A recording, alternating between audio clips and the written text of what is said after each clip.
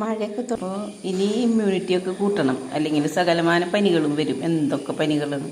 തക്കാളിപ്പനി, എലിപ്പനി, പന്നിപ്പനി, പിന്നെ എന്തൊക്കെ പനിയാണോ, മലമ്പനി, വൈറൽ ഫീവർ. അതുപോലെ നമ്മുടെ കോവിഡ് അവരുടെ കൂടെയൊക്കെ നടക്കുന്നുണ്ട്. അപ്പോൾ നമ്മൾ എന്ത് ചെയ്യണം? നമ്മുടെ ഇമ്മ്യൂണിറ്റി ബൂസ്റ്റ് ചെയ്യണം. ഇമ്മ്യൂണിറ്റി ബൂസ്റ്റ് ചെയ്യാൻ പറ്റിയിട്ടുള്ളത്, അതായത് മൈക്രോ എല്ലാ എലമെൻറ്റ്സ്, മിനറൽസ്, വൈറ്റമിൻസൊക്കെ നമുക്ക് കിട്ടണം. അതിന് ഏറ്റവും എളുപ്പമുള്ള വഴിയാണ് ഇതേപോലത്തെ നല്ല ടേസ്റ്റി ലഡു ഉണ്ടാക്കാം. ഈ ലഡുവിൽ ഇൻഗ്രീഡിയൻസ് എന്ന് പറഞ്ഞാൽ എല്ലാവിധ സീഡ്സും ഉണ്ട്.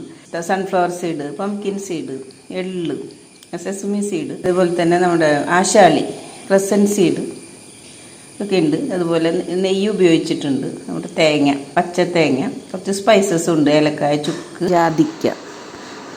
സുരേഷ് ഗോപി കോടീശ്വരനിൽ പറയുന്നത് ഒറ്റ ഒരു ലൈറ്റ് മതി നിങ്ങളുടെ ജീവിതം മറിയാന്നുള്ളത്. അതുപോലെ ഒരു ലഡു മതി നിങ്ങളുടെ ബ്രേക്ക്ഫാസ്റ്റിന്. ഒരൊറ്റ ലഡു 250 കാലറിയാണ്. വെയിറ്റ് ലോസ് ചെയ്യുന്ന ആൾക്കാർക്കും ഈ ഒരു ലഡു കഴിച്ചാൽ മതി ബ്രേക്ക്ഫാസ്റ്റിന്. അതായത് ഇപ്പോൾ ഡേറ്റ്സാണ് നമ്മൾ യൂസ് ചെയ്തിരിക്കുന്നത്. ഇതിൽ പഞ്ചസാര, ശർക്കര ഒന്നുമില്ല. അപ്പോൾ നമ്മുടെ ഷുഗർ ഫ്രീ ലഡു എന്ന് വേണമെങ്കിൽ പറയാം. ബ്രേക്ക്ഫാസ്റ്റ് കഴിക്കേണ്ട ഒരൊറ്റ ലഡു കഴിച്ചാൽ മതി. ഒരു ലഡു എന്ന് പറഞ്ഞിട്ടുണ്ടെങ്കിൽ ചെറിയ സിമ്പിളായിട്ടുള്ള കാര്യമല്ല.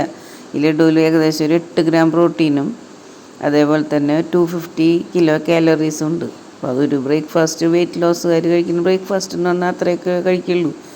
ഒരു 300 കിലോ കാലറീസിൻ്റെ അകത്തുള്ള ബ്രേക്ക്ഫാസ്റ്റ്. അപ്പോൾ ഒരു ഒറ്റ ലഡു കഴിച്ചാൽ പോലെ 3 CM ഓഫീസിൽ പോകുന്ന ആൾക്കാർ ഒരു ലഡു കഴിച്ച് അങ്ങോട്ട് പോവുക. ഈ ലഡുവിൻ്റെ പ്രത്യേകത എന്ന് പറഞ്ഞാൽ ഫാറ്റ്സ് അല്ലേ. ഫാറ്റ്സ് പ്രൊവൈഡ്സ് സെറ്റൈറ്റി എന്ന് പറഞ്ഞാൽ നമുക്ക് വയറ് നിറച്ച് ഭക്ഷണം കഴിച്ചു എന്നുള്ളൊരു സംതൃപ്തി വരും.